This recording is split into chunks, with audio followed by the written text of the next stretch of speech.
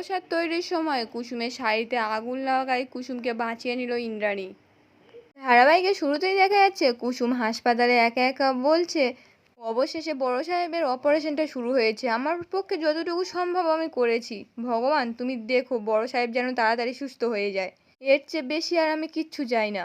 মীনাক্ষী তখন এসে কুসুমকে বলছে তোমার বড় সাহেব আর সুস্থ হবে না, আমি বলছি না ডাক্তাররা বলছে। ওই যে বললো না 2%, ওটার মানে হচ্ছে শূন্য। পেশেন্ট পার্টিকে পেশেন্ট সারভাইভ করবে না এটা তো বলা যায় না, তাই ঘুরিয়ে পেঁচিয়ে 1% 2% এইসব বলে। আর এই যে তুমি বন্ড পেপারে সাইনটা করলে এটা তোমার জীবনের সবচেয়ে ভুল বলে প্রমাণিত হবে। অপারেশন করতে গিয়ে দাদার যদি কিছু ভালো মন্দ হয়ে যায় না, দিদি কিন্তু তোমাকে ছাড়বে না। দিদির স্মৃতির সিঁদুর যদি না অক্ষত থাকে দিদি তোমাকে শুধু দায়ী করবে। এমনিতেও দিদি তোমাকে দু চোখকে সহ্য করতে পারে না, এই বলে তো আরো বাজে বাজে কথা বলতে থাকে। কুসুম তখন মীনাক্ষীকে বলছে আপনার আর এখানে কোনো দরকার নেই ছোট ম্যাডাম, আপনি বাড়ি চলে যান। ইন্দ্রাণী তখন বলছে কি বলছো, তুমি আমাকে অর্ডার দিচ্ছ, তুমি ভুলে যাচ্ছ আমি কে। কুসুম তখন বলছে আপনিও হয়তো ভুলে যাচ্ছেন আমি গাঙ্গুলি বাড়ির বড় বউ, সেই অধিকার থেকে আমি বড় সাহেবের অপারেশন শুরু করার জন্য কাগজে সই করেছি, এবং সেই অধিকার থেকে আপনাকে বলছি এখান থেকে চলে যেতে, তাই চলে যান। সেই মুহূর্তে সিদ্ধার্থ দৌড়াতে দৌড়াতে এসে বলছে দাদার কি খবর। মীনাক্ষী তখন সিদ্ধার্থকে বলছে দাদা ভালো নেই, এই বলে তো ভালো সাজার জন্য বলছে ডাক্তাররা বলেছে 2% গ্যারান্টি আছে, আর এই মেয়েটা অশিক্ষিতর মতো সই করে দিল অপারেশন করার জন্য। সিদ্ধার্থ তখন বলছে অশিক্ষিত ও নয় তুমি, সবার আগে তোমার উচিত ছিল অপারেশন থিয়েটারে দাদাকে পাঠানো, সেটা না করে তুমি শুধু শুধু সময় নষ্ট করেছো, তাহলে আজ আমাকে দৌড়ে এখানে আসতে হতো না।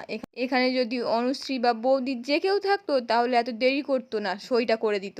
তুমি আমার স্ত্রী হওয়ার যোগ্য না মীনাক্ষী, তুমি শুধু সারা জীবন চেষ্টাই করে গেলে আমার পরিবারের কিভাবে ক্ষতি হয়। আজ শুধু তোমার জন্য দাদার এত অপারেশনে দেরি হলো, দাদার প্রাণ সংশয় হচ্ছে, ভাগ্যিস কুসুম এখানে ছিল, কুসুম বোঝে সময়ের গুরুত্ব, তুমি সেটা বোঝো না। এই বলে তো কুসুমকে বলছে আমার গাঙ্গুলি পরিবারের ভাগ্য যে তোমাকে বউ হিসেবে পেয়েছে, তোমার ভালো হোক কুসুম, তোমার মঙ্গল হোক। মীনাক্ষী তখন রেগে মেগে ওখান থেকে চলে যায়। সেই মুহূর্তে ডাক্তারবাবু এসে বলছেন দেখুন আপনারা অপারেশনের সিদ্ধান্ত নিতে অনেকটা দেরি করে ফেলেছেন, তাই আমরা এক্ষুনি কিছু বলতে পারছি না, আর পেশেন্টের কি হবে সেটাও আমরা জানি না। এই বলে তো ডাক্তারবাবু ওখান থেকে চলে যান। এদিকে তখন ব্রেকিং নিউজে খবরে বলছে গত দুদিন ধরে হার্ট অ্যাটাকের কারণে রাজশেখর গাঙ্গুলি হসপিটালে ভর্তি ছিলেন, আজ খানিকক্ষণ আগে হাসপাতালে তার মৃত্যু হয়েছে। আয়ুষ তো খবরটা শুনে ঈশানকে বলছে এসব ভুল খবর। ঈশান তখন কাঁদতে কাঁদতে বলছে আমি জানি ভাইদা, কিন্তু এরকম একটা নিউজ চ্যানেল মিথ্যে খবর ছড়ায় কিভাবে। এদিকে তখন মেয়েরা ইন্দ্রাণীকে দেখে বলা বলি করছে ওনার স্বামী তো মারা গেছে, গুরুদেবের মুখে শুনছিলাম ওনার স্বামীর দীর্ঘায়ুর জন্য এই ব্রত করছে, স্বামী যখন মারা গেছে এই ব্রত করে লাভ কি। আর একজন মহিলা তখন বলছে দেখতে পাচ্ছ না ওনার মাথায় সিঁদুর আছে, চোখে মুখে কোনো শোকের চিহ্ন নাই, মনে হয় স্বামীর মৃত্যুর খবরটা এখনো পাননি। ওদের কথাবার্তা শুনে আয়ুষ তখন ঈশানকে বলছে এই খবরটা চারিদিকে ছড়িয়ে গেছে, এই খবরটা যেন মায়ের কানে অবধি পৌঁছতে না পারে, কারণ মায়ের এই ব্রত সম্পূর্ণ করাটা জরুরি। ঈশান তখন ওই মহিলাদের কাছে গিয়ে বলছে আপনাদের কাছে রিকোয়েস্ট করছি, আমার বাবা হাসপাতালে ভর্তি আছে কিন্তু মারা যাননি, এই খবরটা আমার মায়ের কানে যেন না পৌঁছয়। মহিলাগুলো তখন ওখান থেকে চলে যায়, আর ঈশান তখন হাসপাতালে চলে যায়। গুরুদেব তখন ইন্দ্রাণীকে বলছে এবার তোমার অগ্নি পরীক্ষার পালা, যেই হাতে তুমি শাঁখাপালা পড়ো সেই হাতে কর্পূর জ্বালাতে হবে, আর 11 বার দেবী মূর্তি প্রদক্ষিণ করতে হবে। ইন্দ্রাণী তখন গুরুদেবকে বলছে বেশ আপনি জ্বলন্ত কর্পূর আমার হাতে রাখুন। গুরুদেব তখন বলছে আমি না, আয়ুষ করবে। ইন্দ্রাণী তখন বলছে না, আমি চাই ঈশান করুক। ঈশান কোথায়? আয়ুষ তখন বলছে মা ঈশান বাবার কাছে হাসপাতালে গেছে। ইন্দ্রাণী তখন বাধ্য হয়ে আয়ুষের দিকে হাতটা বাড়িয়ে দেয়। আয়ুষ তখন কর্পূরটা ইন্দ্রাণীর হাতে জ্বালিয়ে দেয়। ইন্দ্রাণী তো তখন দেবী মূর্তি প্রদক্ষিণ করতে শুরু করে। এদিকে তখন হাসপাতালে ঈশান কুসুমকে বলছে তুমি দেখো এবারে তাড়াতাড়ি বাবা সুস্থ হয়ে যাবে।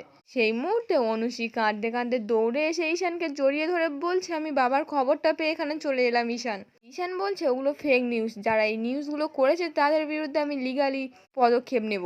অনুশ্রী তখন কাঁদতে কাঁদতে কুসুমকে বলছে আমি নিউজটা শুনেই তো কাঁদতে কাঁদতে আমি ব্রত অসম্পূর্ণ রেখে চলে এসেছি, ওদিকে নিশ্চয়ই মণি এখনো মন্দিরে ব্রত পালন করে যাচ্ছে, আর এদিকে আমি আমার কাজটাও সঠিকভাবে করতে পারলাম না, কি করব আমি, এই বলে তো কাঁদতে থাকে। কুসুম তখন অনুশ্রীকে বলছে তুমি কেঁদো না, আমি এক্ষুনি ছোট সাহেবকে ফোন করে বলছি তোমার ব্রত ভেঙে যাওয়ার খবরটা যেন না দেবীমার কানে পৌঁছায়। এই বলে তো আয়ুষকে ফোন করে বলছে দেবীমা ব্রত সম্পূর্ণ করছে। আয়ুষ তখন বলছে দাঁড়াও আমি তোমাকে ভিডিও কল করে দেখাচ্ছি, এই বলে তো ভিডিও কল করে। কুসুম তখন বলছে অনুশ্রী বাবার ওই ফেক খবরটা শুনে ব্রত অসম্পূর্ণ রেখে চলে এসেছে।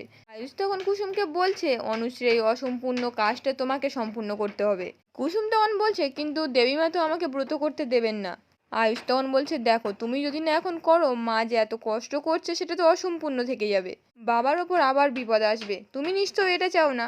কুসুম তখন বলছে না ছোট সাহেব, আমি বড় সাহেবের ক্ষতি কোনোদিন চাইবো না, আমি এই ব্রত পালন করব শুধুমাত্র বড় সাহেবের জন্য, দরকার হলে আমার শেষ নিঃশ্বাস অবধি এই ব্রত আমি পালন করব। এই বলে তো ফোন রেখে দেয়, তারপর হাসপাতাল থেকে বেরিয়ে যায়। এদিকে তখন মন্দিরে আর সব মহিলারা বলা বলি করছে রাজশেখর বাবু তো মারা গেছেন, ইনি এখনো ব্রত পালন করছেন। আয়ুষ তো তখন ওদের কাছে গিয়ে বারণ করে এসব কথা বলার জন্য। মহিলাটা তখন আয়ুষকে বলছে এই দেখুন না ফোনে চারিদিকে খবর ছড়িয়ে গেছে, বড় বড় করে লেখা বেরিয়েছে, ওরা নিশ্চয়ই তদন্ত করে এই খবরটা ছড়িয়েছে। ইন্দ্রাণী তো তখন সমস্ত কথা শুনে ফেলে আর চিৎকার করে বলছে না। আয়ুষ তো তখন দৌড়ে গিয়ে ইন্দ্রাণীকে বলছে মা তুমি চিন্তা করো না, বাবার কিচ্ছু হয়নি, এগুলো সব ভুয়ো খবর, একটু আগে হসপিটালে সকলের সঙ্গে কথা হয়েছে, বাবার অপারেশন চলছে, তুমি শান্ত মাথায় ব্রতটা কমপ্লিট করো, এভরিথিং ইজ ফাইন।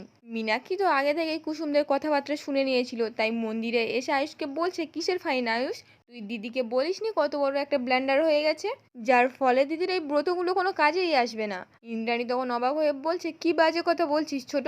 মীনাক্ষী তখন বলছে আমি কোনো ভুল বলছি না দিদি, দাদার এই মৃত্যুর খবরটা শুনে অনুশ্রী ব্রত ভেঙে ফেলেছে, বেচারা ভিক্ষের শস্য ফেলে মৌনব্রত ভেঙে হাসপাতালে চলে এসেছে, তোমার এতখানি পরিশ্রম সবটাতে জল ঢেলে দিয়েছে, আমার না খুব খারাপ লাগছে তোমার জন্য। একে তো কুসুম ওইদিকে কোনো একটা কাগজে সই করে দাদাকে অপারেশন করতে পাঠালো, তার উপরে অনুশ্রী এই ব্রতটা ভেঙে দিল কোনো কিছু না বুঝে শুনে, আমার না সত্যিই খারাপ লাগছে তোমার জন্য, তোমার কপালটাই খারাপ, তোমার দুই বৌমা কোনো কাজের নয়, তোমার এই ব্রতটা অসফল করে দিল পুরোপুরি। দেখো দিদি আজকে ওদের ভুলের মূল্য তোমাকে সিঁদুর দিয়ে চোকাতে হবে, ওদিকে বোধহয় দাদার কিছু একটা। তখনই ইন্দ্রাণী না বলে চিৎকার করে ওঠে। আয়ুষ তখন মনে মনে বলছে চিন্তা নেই মা, একজন বাবার কোনো ক্ষতি হতে দেবে না, অনুশ্রীর অসম্পূর্ণ ব্রতটা সম্পূর্ণ করতে তোমার বড় ছেলের বউ কুসুম মন্দিরে পৌঁছে গেছে। এদিকে যখন কুসুম মন্দিরে এসে গুরুদেবের আর একজন শিষ্যের কাছে বলছে অনুশ্রীর ব্রত ভেঙে গেছে, আমি ইন্দ্রাণী গাঙ্গুলির বড় বৌমা, আমি এই ব্রত সম্পূর্ণ করব। বড় সাহেব আমার কাছে ভগবানের মতো, তাই বড় সাহেবের জন্য আমার নিজের প্রাণটাও আমি দিয়ে দিতে পারি, আমার নিজের সাধ্যের বাইরে গিয়েও আমি সবটুকু করতে পারি, আপনি শুধু আমায় আশীর্বাদ করুন এই ভিক্ষা ব্রত যাতে আমি পালন করতে পারি। গুরুদেব তখন বলছে তুমি নিশ্চয়ই পালন করতে পারবে মা, যে সৎ পথে কাজ করে ঈশ্বর তাকে সাহায্য করে, তুমি দেখো মা ঈশ্বর আজ তোমায় সাহায্য করবেন, আমার আশীর্বাদ রইল। আর তুমি তো ব্রতের নিয়ম সব জানো, তুমি আর একজনের অসম্পূর্ণ ব্রত যখন করতে চাইছো তোমার শুদ্ধিকরণের প্রয়োজন। এই বলে তো কুসুমের মাথায় গঙ্গা জল ঢেলে দেয়, তারপর ভিক্ষের থলিটা কুসুমের হাতে ধরিয়ে দেয়, তারপর বলছে ভিক্ষার সময় কিন্তু কোনো রকম ভাবে মৌন ব্রত ভাঙা যাবে না। কুসুম তখন মনে মনে বলছে আমার পাশে থেকো ঠাকুর, আমি যেন তাড়াতাড়ি বড় সাহেবকে সুস্থ করে তুলতে পারি। আজকের এপিসোডটি এখানেই শেষ হয়ে যায়, কেমন লাগলো কমেন্টে জানাতে ভুলবেন না।